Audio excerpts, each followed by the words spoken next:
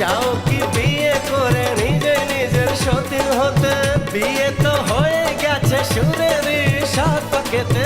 চাও কি বিয়ে করে নিজে নিজের সতীন হতে? মনের কথা যদি মুখ ফুটে বলতে হবে, কেমন প্রেমী